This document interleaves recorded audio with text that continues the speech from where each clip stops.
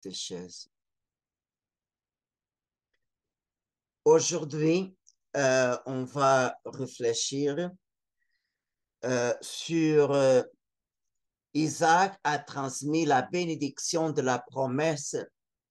C'est la 22e catéchèse sur le livre de la Genèse. Et on va aujourd'hui se concentrer d'une façon spéciale sur le chapitre 25. Et au verset 19 à 26 est écrit: Voici l'histoire d'Isaac, fils d'Abraham. Abraham avait engendré Isaac. Isaac avait 40 ans quand il prit pour femme Rebecca, fille de Bathuel, l'Aramien, originelle de Padan Aram et sœur de l'Aramien Laban. Isaac implora le Seigneur en faveur de sa femme, car elle était stérile, et le Seigneur l'exauça. Sa femme Rebecca devint enceinte. Comme ses fils se heurtaient dans son sein, elle dit: Pourquoi faut-il que cela se passe ainsi pour moi? Et elle alla consulter le Seigneur. Le Seigneur lui dit: Deux nations sont dans ton ventre, deux peuples différents sortiront de tes entrailles. Un sera plus fort que l'autre, et l'aîné servira le cadet. Quand arriva le jour où elle devait enfanter, voici qu'il y avait des jumeaux dans son ventre. Le premier qui sortit était roux, tout couvert de poils, comme d'une fourrure. On lui donna le nom d'Ésaü. Après quoi sortit son frère, la main agrippée au talon d'Ésaü. On lui donna le nom de Jacob, c'est-à-dire il talonne. À leur naissance, Isaac avait 60 ans. Alors, avec cette narration commence la troisième histoire sur deux frères. La première histoire, c'est Caïn et Abel. La deuxième histoire, c'est de Ismaël et Isaac. Et la troisième, c'est Isaou et Jacob. Et il y a un point commun en ces trois histoires. Dieu préfère les plus jeunes. Abel, à cause qu'elle avait un bon cœur quand il a offert les sacrifices, et Caïn non. Il préfère Isaac comme fils de la promesse parce qu'il est le fils de Sarah, qu'elle a engendré ces garçons par, la miséricorde et le désir de Dieu. Et à la fin, on voit Jacob. Et aujourd'hui, on va commencer à comprendre le cœur de Jacob. Et c'est pour ça que Dieu préfère les plus jeunes et en même temps, il souffre l'hostilité de ses frères. Et la figure de la mère, Rebecca, est essentielle dans l'histoire de ses enfants. Et le chapitre 25, au verset 27-28, il décrit ces deux garçons de la façon suivante. Les garçons grandirent. Ésaü devint un chasseur habile, un homme des champs. Jacob était un homme délicat, demeurant sur les tentes. Isaac préférait Ésaü car il appréciait le gibier, mais Rebecca préférait Jacob. Et on peut poser cette question, mais pourquoi? Pourquoi, si Ésaü apportait la nourriture à la maison, pourquoi la mère préférait Jacob? C'est vrai, le livre de la Genèse ne répond pas pourquoi, mais on peut comprendre cette préférence de Rebecca parce que Jacob était un garçon qui restait beaucoup de temps auprès de sa mère.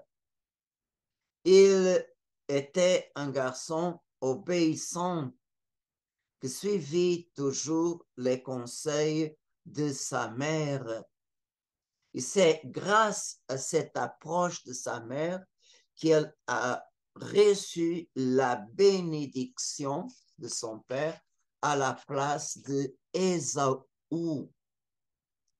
Alors, la Genèse, maintenant au chapitre 26, présente-nous Ésaü comme quelqu'un qui n'était pas fier à suivre les, les directrices de sa famille. On voit que dans l'histoire d'Abraham, Isaac et Jacob, ils se marient toujours avec des membres de sa famille. Et toujours, les trois patriarches, ils ont évité les femmes étrangères qui étaient des peuples qui adoraient des idoles. Et alors, Ésaü ne suivait pas le conseil de ses parents et il a choisi pour ses femmes les femmes hittites. Et quand Ésaü a fait ça, il a causé grande amertume à son père et à sa mère. Et on voit l'autre chose d'Ésaü, il ne donnait pas grande importance à son droit de aînesse. Par exemple, on sait dans le chapitre 25 de la Genèse qu'il a été faim et Jacob avait du pain fraîche et un ragot de lentilles. Et Ésaü a demandé à son frère, donne-moi à manger. Ésaü a dit, je te donnerai si tu me donnes le droit d'aînesse sur serment. Et alors, Ésaü, qui avait faim, a juré, non, je te donne mon droit d'aînesse, mais donne-moi à manger. Et Jacob l'a donné, bien sûr. Et on voit que quand Isaac envoyait Jacob à la maison de Bathuel, le frère de Rebecca, et il est parti. Ésaü ne pouvait pas le tuer.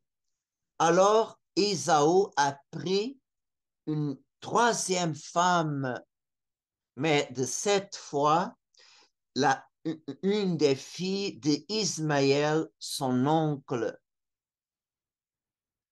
Et on voit que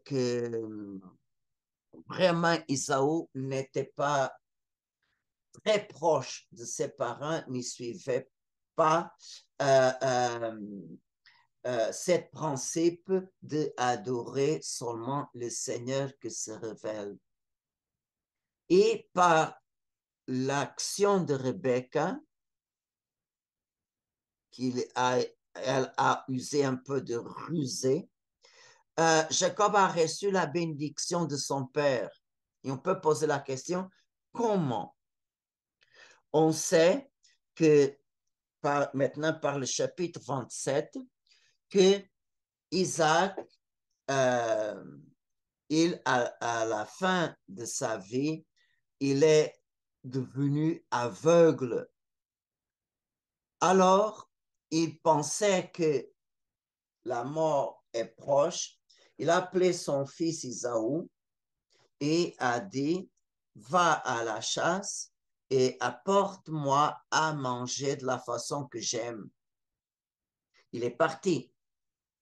Sa femme a entendu ça et elle a demandé à Jacob, amène-moi du troupeau 2 petits chevreaux.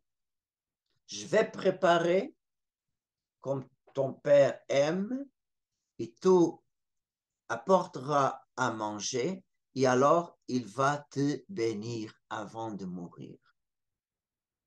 Et c'est curieux que Rebecca a pris cette décision et Jacob a eu peur. Si mon père va découvrir, il ne me donne pas une bénédiction, mais une malédiction, parce qu'il va penser que je moque de lui. Et la mère a répondu que cette malédiction vient sur moi. Écoute seulement ce que je te dis, il va me chercher les chevreaux. Et Jacob a obéi. Et c'est curieux que Rebecca a préparé le repas et elle a pris la peau des chevreaux, enveloppé le cou de son fils et les mains. Il a habillé Jacob avec les vêtements, les meilleurs vêtements d'Ésaü et envoyé à Isaac pour recevoir la bénédiction. Alors, pour Isaac qui était aveugle, la voix était de Jacob. Mais quand il s'approchait de son père pour l'embrasser, Isaac a senti l'odeur du vêtement d'Ésaü. Il a touché les mains, était poilu, et le cou était poilu. Et alors, convaincu que c'était Ésaü, Isaac a béni Jacob. Il a dit, c'est chapitre 27, versets 27 à 29. Comme Jacob s'approchait et l'embrassait, Isaac respira l'odeur de ses vêtements et il le bénit en disant, voici que l'odeur de mon fils est comme l'odeur d'un champ que le Seigneur a béni. Que Dieu te donne la rosée du ciel. Qu'est-ce que c'est la rosée du ciel? C'est la pluie. Vous savez que sans la pluie, il n'y a pas de vie. Et alors, avoir de l'eau, et s'il y a de la pluie, il y a la fertilité de la terre. Et c'est pour ça que Jacob continue, que le Seigneur te donne une terre fertile, froment de vin nouveau en abondance. Que des peuples te servent, que des nations se prosternent devant toi. Sois un chef pour tes frères, que les fils de ta mère se prosternent devant toi. Maudit soit celui qui te maudira, béni soit celui qui te bénira. Alors, on voit que le Seigneur, par Isaac, a donné à Jacob le pouvoir sur son frère. Quand Jacob est sorti, après de recevoir la bénédiction, Ésaü arrive et quand il a le plat prêt, il rentre dans la tente de son père et demande la bénédiction. Et alors, quand Isaac a dit qu'il a donné déjà la bénédiction, je ne peux pas donner l'autre bénédiction. Isaac a béni son fils Ésaü avec des bénédictions matérielles, mais il a mis Ésaü soumis à son frère Jacob. Alors, on voit que ça a fait surgir dans le cœur d'Ésaü une grande rage, une haine contre son frère, et il se proposa de le tuer. Et alors, Rebecca a eu la connaissance du désir de la haine d'Ésaü contre Jacob, et alors c'est là qu'elle demande à son fils de partir à la maison de son frère Laban. Et elle promet à Jacob, quand ton frère sera calme et sa rage passera, je te demandais de revenir à la maison. Et c'est curieux que Rebecca a dit, pourquoi serais-je privé de mes deux enfants le même jour? Pensez un peu que ce Ésaü devenait meurtrier, alors il incourait à la peine de la vengeance du sang. Alors, il serait tué à cause de son crime. Alors, Jacob serait mort par son frère, Ésaü sera mort en jugement. Et c'est pour ça que Rebecca pleure, pleine d'angoisse, pourquoi je serai privée de mes deux enfants le même jour. Et c'est pour ça qu'il a envoyé Jacob à la maison de son frère Laban. Et cette histoire biblique vraiment est très belle, mais au long des siècles de l'histoire de l'Église, les pères de l'Église, ils interprètent cette histoire d'une façon extraordinaire. On peut voir, par exemple, Saint Ambroise a fait un commentaire sur Jacob et Ésaü. Aussi, Saint Bernard, dans son sermon 28, Saint Antonino, et on voit que les pères de l'Église, les docteurs de l'Église, ils considèrent Jacob comme une figure de Jésus-Christ et des enfants du royaume. Et Ésaü est une image de ceux et celles qui marchent sur un chemin que peut amener à la perdition s'il n'y a pas de conversion. Et selon les commentaires des pères de l'Église, je vais faire un résumé. Comme est Ésaü. Brièvement, il est une personne très habile dans l'art ou dans l'art de la chasse. Il était une personne qui ne restait pas beaucoup à la maison et on voit, il s'appuyait beaucoup en ses propres dons. Alors, n'a pas besoin dépendait des parents. Troisième, euh, il n'avait pas de préoccupation de plaire à sa mère ni à son père. Il était une personne esclave, il était gourmand au point de, sur serment, donner le droit d'aînesse à son frère en échange du pain et un ragoût de lentilles. Et aussi, on voit qu'il a persécuté son frère à cause de la bénédiction.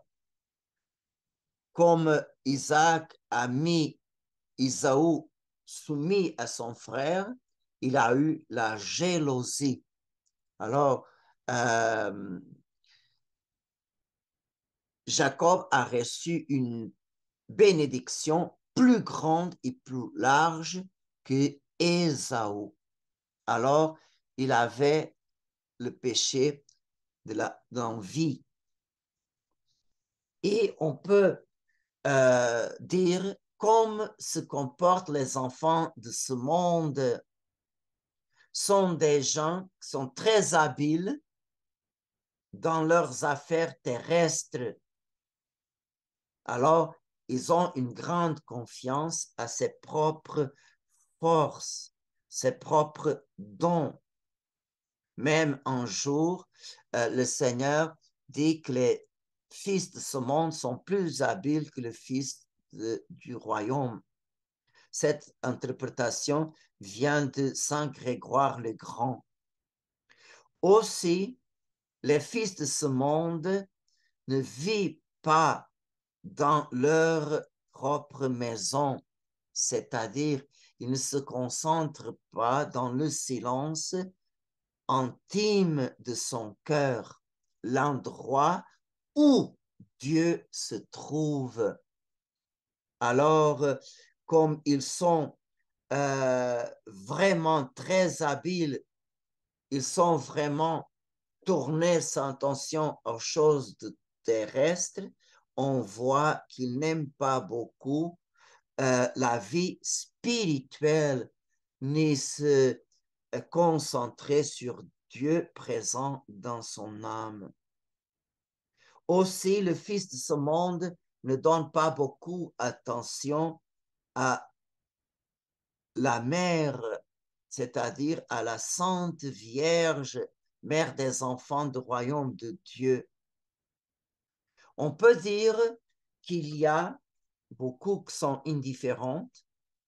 Il y a des autres, même entre les catholiques, qui sont contents de formuler quelques prières par les lèvres, mais sans le cœur, sans sentiment. Alors, et cette dévotion de parole à la Vierge, on sait que ne touche pas la vie, ne donne pas un compromis de vie. Alors, on voit que les fils de ce monde, comme Ésaü, ils facilement sont prêts à vendre leur droit d'aînesse, c'est-à-dire l'héritage qu'ils ont de posséder le ciel en échange des richesses ou des plaisirs de ce monde. Et les fils de ce monde persécutent le fils de la lumière. Comment? Par des critiques, par des calomnies, par des insultes, etc., etc. On sait même aujourd'hui que l'Église catholique souffre une persécution que on peut dire que ce n'est pas ouvert, mais on se sent comme des griffes que enseignent stranguler complètement l'Église. Et Jacob, c'est une figure des enfants de la lumière du royaume. Comme était Jacob, était d'une constitution faible, doux, pacifique, et il aimait sa mère avec une affection extraordinaire. Et c'est à cause de cet amour filial qu'il écoutait Rebecca. Il honore sa mère à chaque fois qu'il suit les conseils, les ordres de Rebecca. Il a cru d'une façon inconditionnelle quand sa mère le demandait apporte-moi 2 chevreaux, il a fait. Il n'a pas contesté, il n'a pas dit pourquoi 2, 1 c'est suffisant. Non, la mère a demandé 2, c'est 2, c'est tout. La mère sait qu'est-ce qu'elle fait. Alors, quand il a eu peur de la malédiction de son père, sa mère a dit non, elle va sur moi. Il a cru, non? Si la mère dit ça, je le crois. J'ai complètement confiance à sa parole. Et alors on peut dire que Jacob avait une grande confiance en Rebecca. Et Jacob préférait la compagnie de sa mère. Et ça éviter les mauvaises compagnies et des situations dangereuses. On voit qu'Isaou, qui se promenait beaucoup de temps dehors, il a pris connaissance, par exemple, du peuple hittite, et c'est là qu'il a choisi de femmes pour lui, sans avoir aucune considération du désir de son père ou de sa mère. Et on voit que pour rester à la maison, Jacob vraiment était protégé de toutes ces situations dangereuses sans se rendre compte. Et c'est pour ça qu'il a reçu la bénédiction de son père. Et si on regarde dans l'histoire de l'Église, la vie des saints et saintes, n'importe pas quel état, on voit en tous les saints, il y a toujours une approche avec la Sainte Vierge Marie. Et en Marie, ils ont développé une union avec Jésus-Christ selon le charisme que chaque saint a reçu de l'Esprit Saint. Alors, on peut dire que les enfants du royaume de Dieu se comportent envers Marie comme Jacob s'y a comporté envers sa mère. Et on peut dire être proche de la Sainte Vierge, nous avons à peu près 5 avantages. Alors, les enfants apprécient,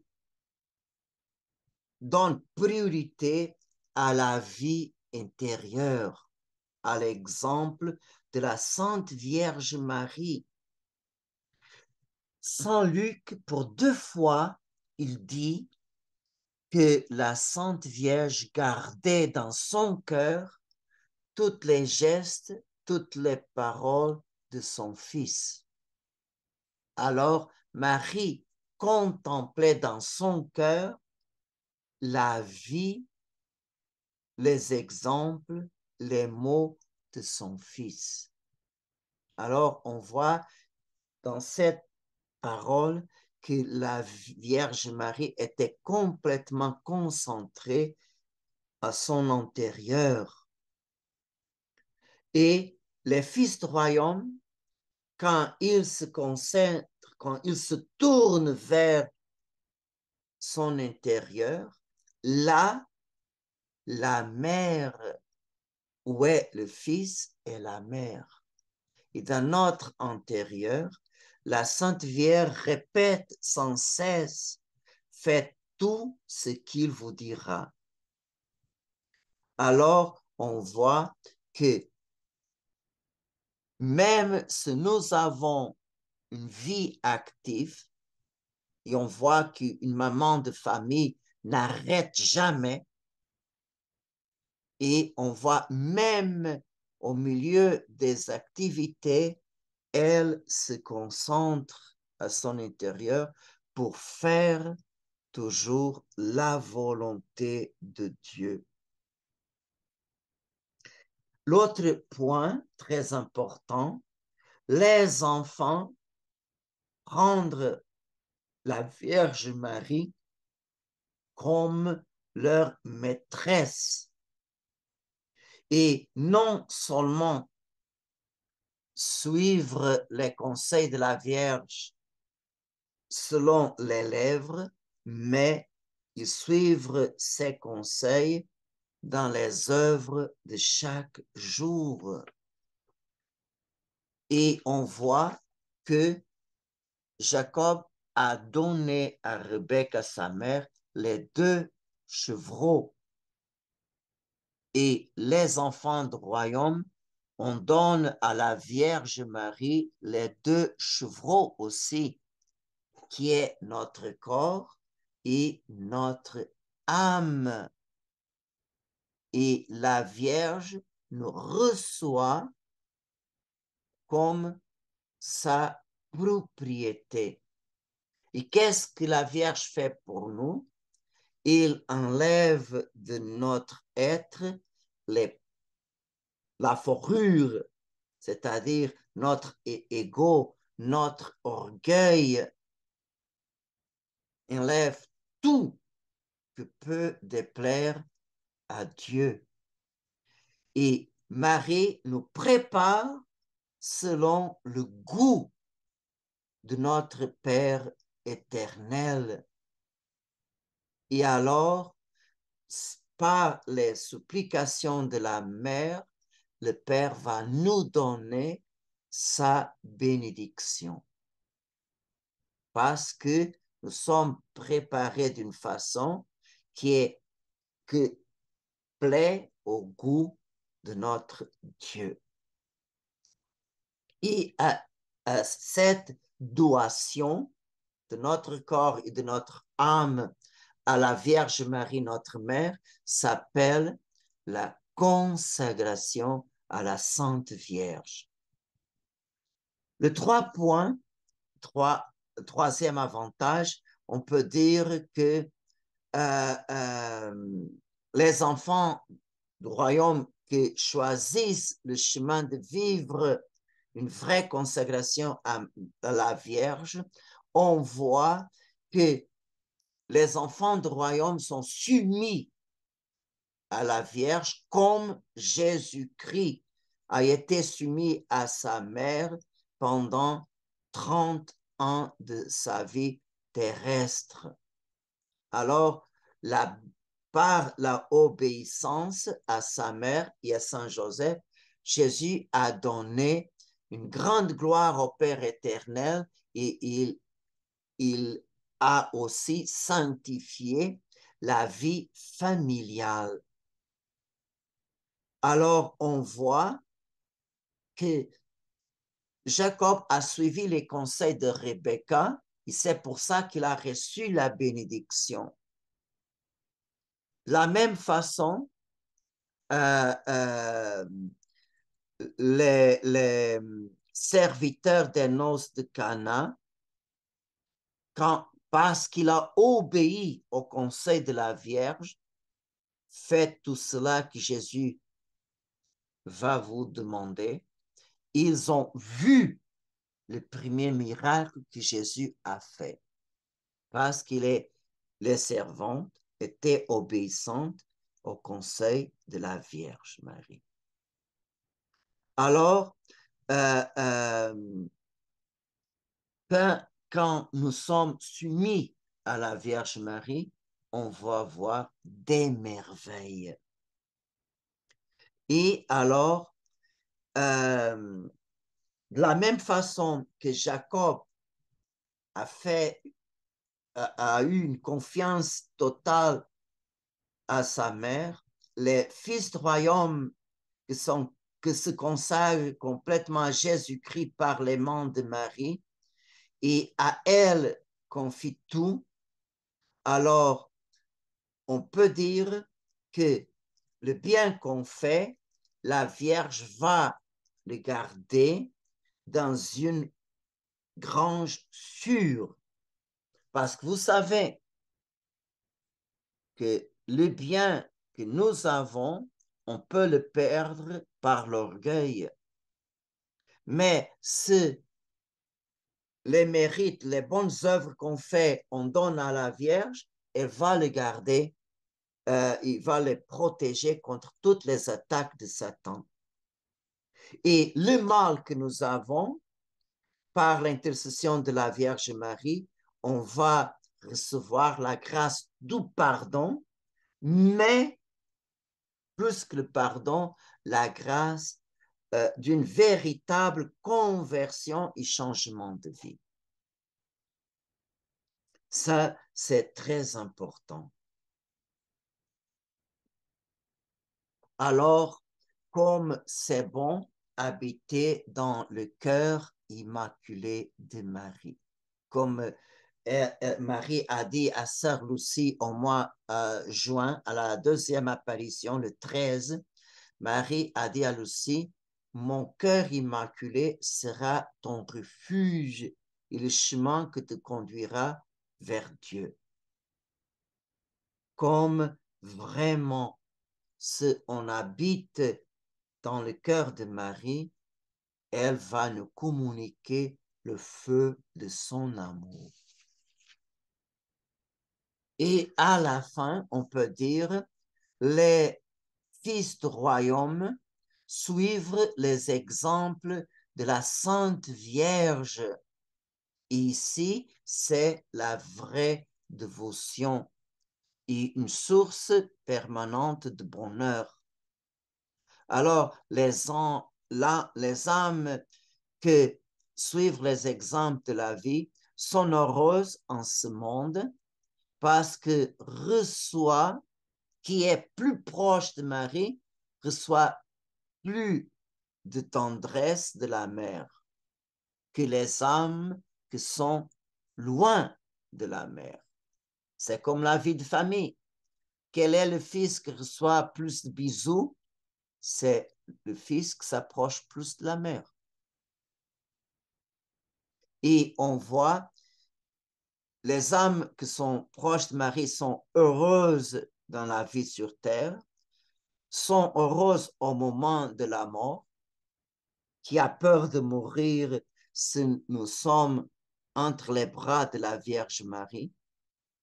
Et ces âmes seront heureuses aussi pour toute l'éternité. Parce que jamais peut se condamner un serviteur de la Sainte Vierge Marie. À ces dévotes, la Vierge ne laisse pas perdre. Ça, c'est sûr. Et on peut voir, par exemple, une des promesses que la Vierge a données à ceux ou celles que fait les 5 premiers samedis du mois. Elle a dit, je promets toutes les grâces au moment de la mort, toutes les grâces nécessaires au salut.